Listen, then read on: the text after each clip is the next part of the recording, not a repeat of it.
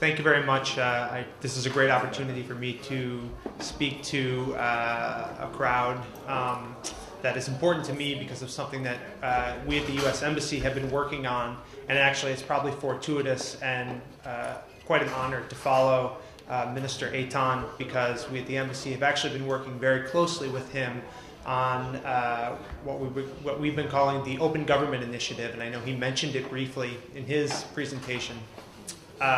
What we've been doing with Minister Eitan and also with other officials within the Israeli government is working to implement aspects of open government and government transparency, especially through technological innovations. And he's been integral in helping the U.S. Work together with Israel to further this initiative.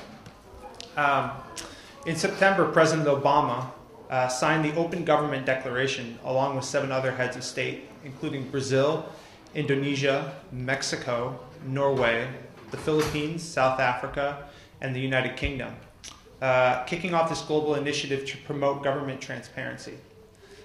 This initiative is co-chaired by the U.S. and Brazil, but includes a number of other countries, participants, including Israel. This effort directly builds on something that President Obama has been interested in from the very beginning of his administration, which is essentially finding ways to promote government transparency through technology.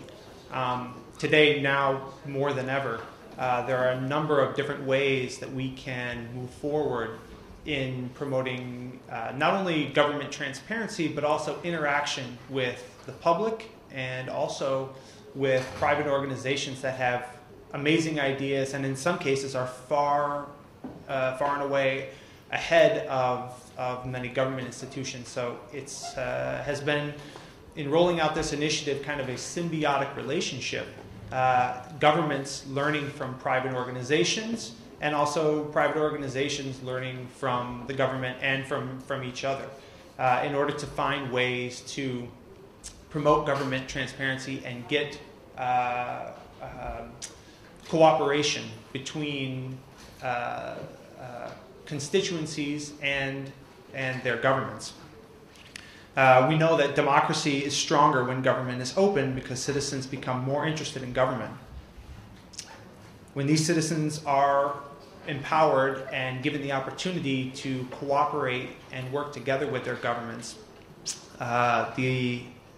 the result is often mutually beneficial both for governments and for the public, because the public has now has a mouthpiece or a way forward to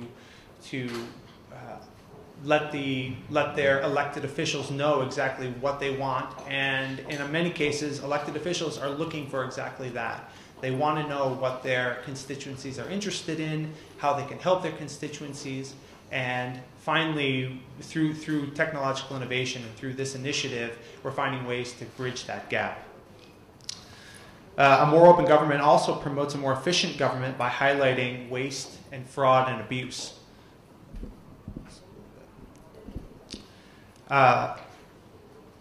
When you have a more open government, it invites citizens to interact with government officials and can highlight some of this waste, fraud, and abuse that either the government wasn't aware of, or maybe they were focusing on other aspects of abuse or fraud, but not on others. And again, this is part of the symbiotic relationship that I was referring to, and bridging this gap, allowing for cooperation between the private sector and public government.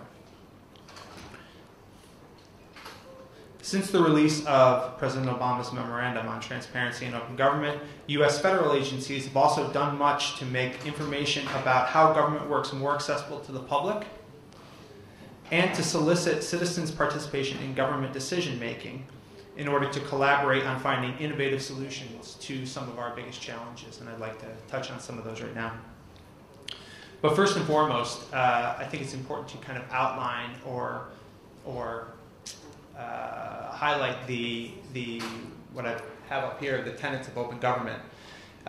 transparency, civic participation, and accountability. And these three really go to the core of what the Open Government Initiative is all about. And here in Israel, we've actually seen, again, through working with Minister Eitan, that Israel is actually on the cutting edge of a lot of these things. We have, right now, a broad partnership with many countries around the world in this initiative who have willingly signed up in order to incorporate elements of open government.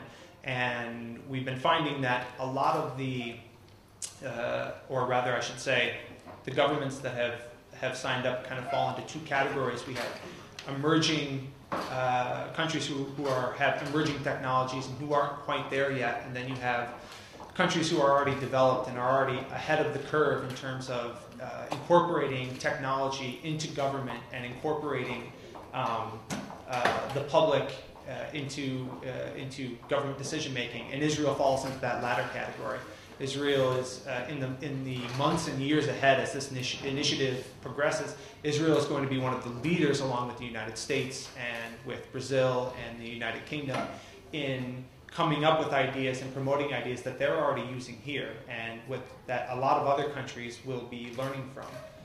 So having Israel as part of this initiative has been a huge benefit, both to the United States as well as to all the other participants in this. So the three tenets of open government: first and foremost, transparency. Transparency provides the public with essential information about what their government is doing, essentially. Transparency is at the core of all democratic institutions and allows the public the opportunity to weigh in on what their governments are doing and to hold their elected officials accountable. It also affords these public officials the opportunity to publicize for their constituencies their legislative and executive accomplishments. And again, we're coming back to what Israel is already doing. This is a perfect example. I know the Israeli government, in a number of instances, including through legislative action, has already been doing this.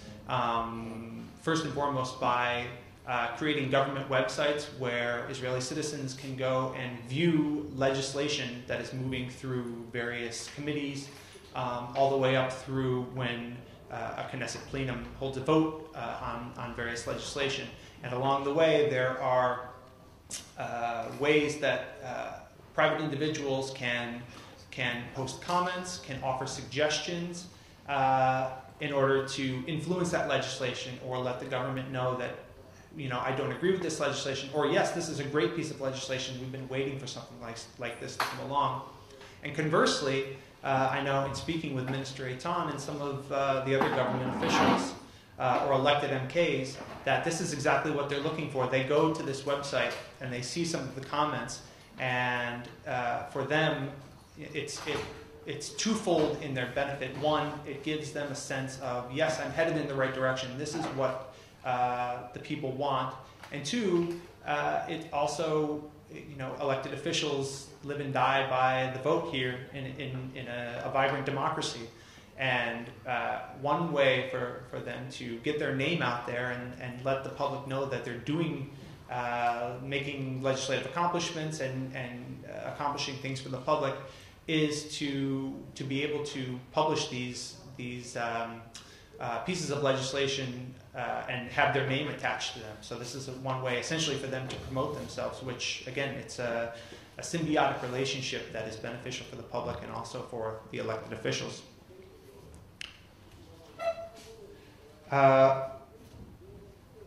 This social framework, which includes transparency, should also include the expenditure of public funds and proposed government legislation and laws that reflect the will of a majority of the public.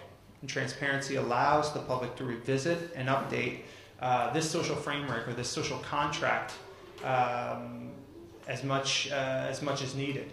And so as legislation moves forward through the democratic process here in Israel and in other countries, the public is able to update, to make changes, to make recommendations, and so it in effect This technology allows legislation and the interaction between the public and government to be kind of a living, breathing organism, something that is constantly can constantly be changed, usually for the better.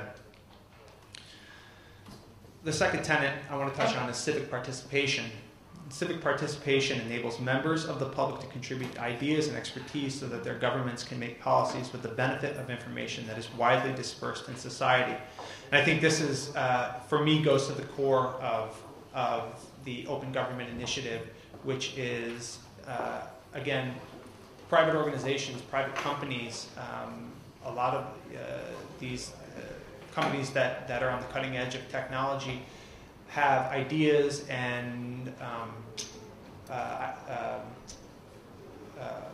concepts for innovation that a lot of governments either don't know about or they just haven't discovered. And being able to reach out to members of this group, whether it's the private sector or private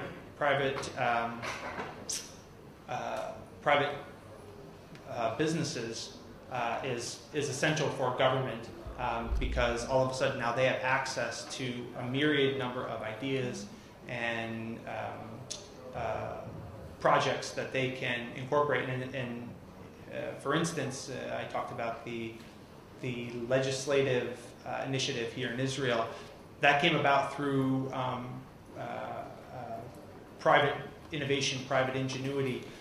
This was private Israeli citizens going to the Israeli government and saying, hey, we have a way that you can put up this legislation and make it available to the Israeli public, and it's a way for you, the elected official, the member of Knesset, to publicize what you're doing and allow us access to what our government is doing. And the government was ecstatic and jumped right on it. But this was something that possibly it may not have, it would have come eventually, but I think it was something that was expedited because of the ingenuity in the Israeli private sector as opposed to coming through government channels. Civic participation is the engine, I think, of open government, allowing public and private organizations and companies to help determine the direction of legislation and government initiatives. It also improves the effectiveness of government by encouraging partnerships and cooperation across agencies and all levels of government. This collaboration between civil society and member governments is a key component of the Open Government Partnership for several reasons. First, civil society keeps governments and elected officials accountable. And secondly, many civil society organizations are driving best practices and innovation. This is what I talked about earlier. Civil society also plays a key role in the Open Government Initiative Steering Committee. So when President Obama first rolled out this initiative on the margins of the UN General Assembly just about a month ago, they created a steering committee which will be made up of member governments, so the governments that have signed on to this Open Government Initiative. But then there's also, they left specific chairs open for private organizations for this very reason. So when you have this steering committee which will determine the direction and what initiatives the Open Government Partnership will tackle, this steering committee will be at the forefront of that and will include members of private organizations as well as government officials. And finally, the last thing I'd like to touch on is accountability. Both transparency and citizen participation are linked to this third principle, which is accountability, and ensures that governments are responsible to the public for their decisions and actions. New technologies, including wiki websites, social networking sites, and also mobile electronic devices, have played a particular role in building momentum behind the open government globally by democratizing the availability of government information and enabling citizens to play a direct role in both highlighting problems and helping to solve them. In addition to rolling out specific initiatives It's really the technological innovations that have materialized in the last couple of years, specifically with the proliferation of wiki websites. The wiki technology, which has been around for almost a decade now, has really gained strength and has been just a huge benefit to the Open Government Initiative, but also initiatives in individual countries, including here in Israel. The ability for private citizens to access a website and post information and constantly update that information is immensely beneficial, and then also to have an ongoing dialogue in terms of government officials being able to go onto that same website and post responses, post replies, and develop an online, multifaceted dialogue in real time, in nearly real time, is just light years ahead of what could have been achieved maybe a decade ago in terms of interaction between the public and the private sectors. This marriage of technology and initiative has compelled government officials to rethink its relationship with its constituency and impress upon them that their political decisions have consequences. And this is getting back to what I had mentioned earlier about not only accountability, but having elected officials being able to promote their ideas and their objectives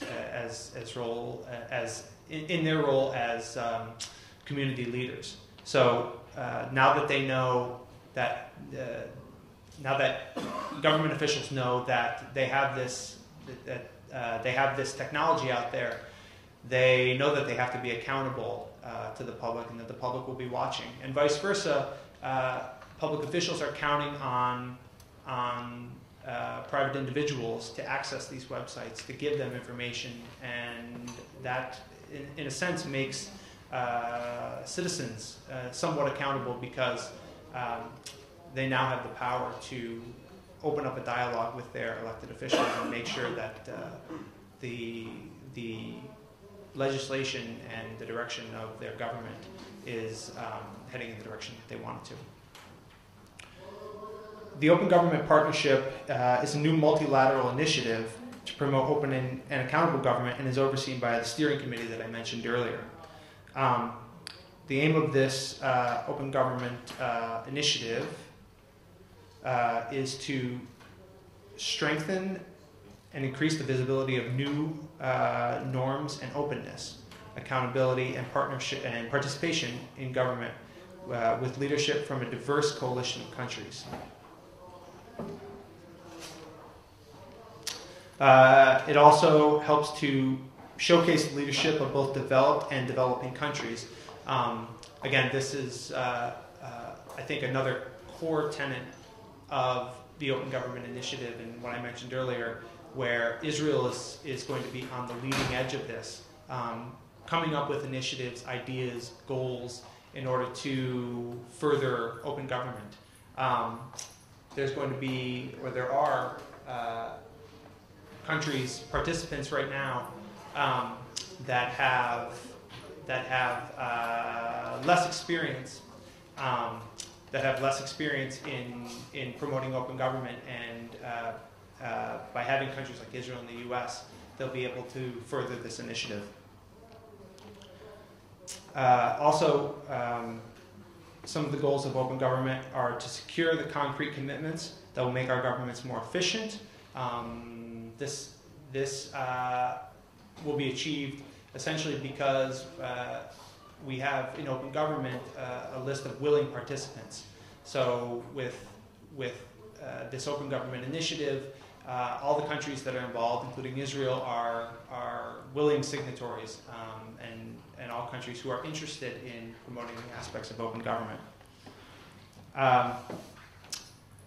The Open Government Partnership is an initiative targeted at countries that already recognize the value of open government as a powerful tool to increase government efficiency, effectiveness, and legitimacy.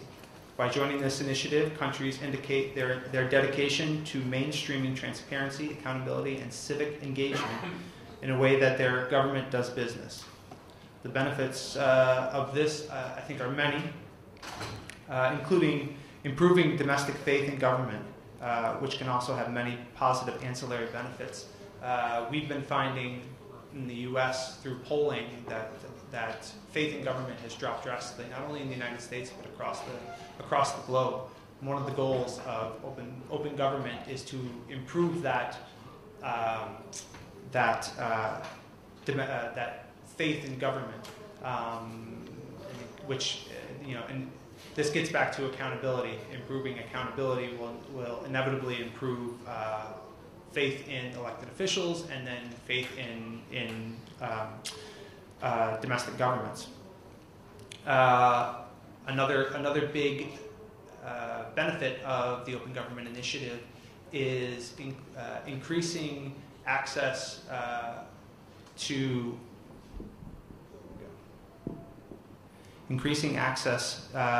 for governments to private organizations who are leading some of this technology. I'm running short on time here, so I want to cut to participants.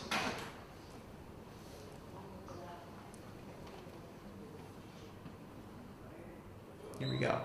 This is something I wanted to highlight for everyone, and this is where the United States is right now. I just want to give you a couple examples of what we're working on and what countries like Israel can work towards in terms of diverse ideas and programs that we're rolling out. This first one is called data.gov, and it has over 1,200 different individual links when you go to data.gov. This is just one example. So if you go to the website and click on raw data, I brought up just one, which is U.S. foreign assistance to countries around the world starting in 1946. So if you click on this link, it is a spreadsheet that has a quick scroll feature. You can go to any country in the world and find out essentially where U.S. funds are being spent, how much money was spent each year starting in 1946 to a given country. And this is important, of course, from a domestic for a domestic constituency for U.S. citizens. If they want to know where their money is being spent abroad, where the U.S. government is spending money, they can go to this website and have instant access to that. Other information on data.gov includes clean air policy. You can find out what government initiatives the U.S. government has been taking in order to improve air quality. And again, it's a breakdown over the years, starting, I believe, in 1975. You can see air quality improvement in various cities and what local governments and the federal government has done to improve that. Another website that we have is called challenge.gov, and this gets into another key aspect of open government, which is providing incentives and opening up open government to the public by engaging them through essentially challenges. This one that I brought up, so if you access challenge.gov, you can go and look at America's Home Energy Education Challenge. And this is a challenge that was rolled out late last year, and it offers, I believe, nearly $300,000 in prize money, and it incentivizes innovation. So it's challenging, essentially, U.S. citizens to come up with innovative ways on saving energy in their home, from everything from new technology for window sealant to innovative heating techniques, things like that. And this pushes the public to and private organizations to come up with innovative solutions, and then rewards them with prizes and also sometimes government contracts. Lastly, I'll mention this last website called recalls.gov, and this was, again, getting back to this whole idea of the Open Government Initiative as something that is grassroots driven and intended to get the participation of the public. This was something that came about through public demand, where U.S. citizens were looking for some way or an easier way to check to see if products that were available on the U.S. market were either defective or harmful or dangerous. And so what the U.S. Government did was they teamed up with private organizations to create this website.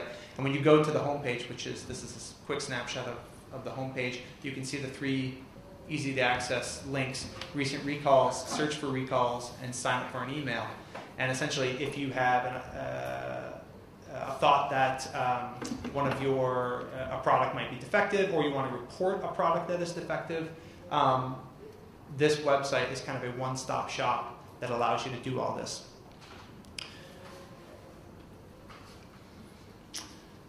I think it's important.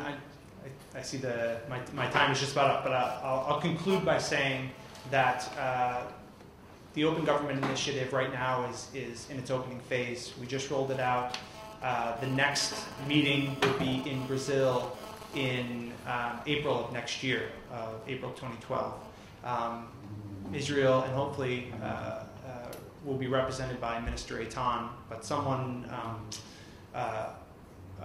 from the Israeli government will definitely be there. It'll be the next phase in the Open Government Initiative, and what they'll be hoping to do is further this initiative by getting more ideas and working with not only participant members right now, but with members who have not yet signed up and are on the cusp of signing up, to promote the ideas of open government and use the technology that's already available in order to create an ongoing or continue an ongoing dialogue between the public and private sectors. Thank you.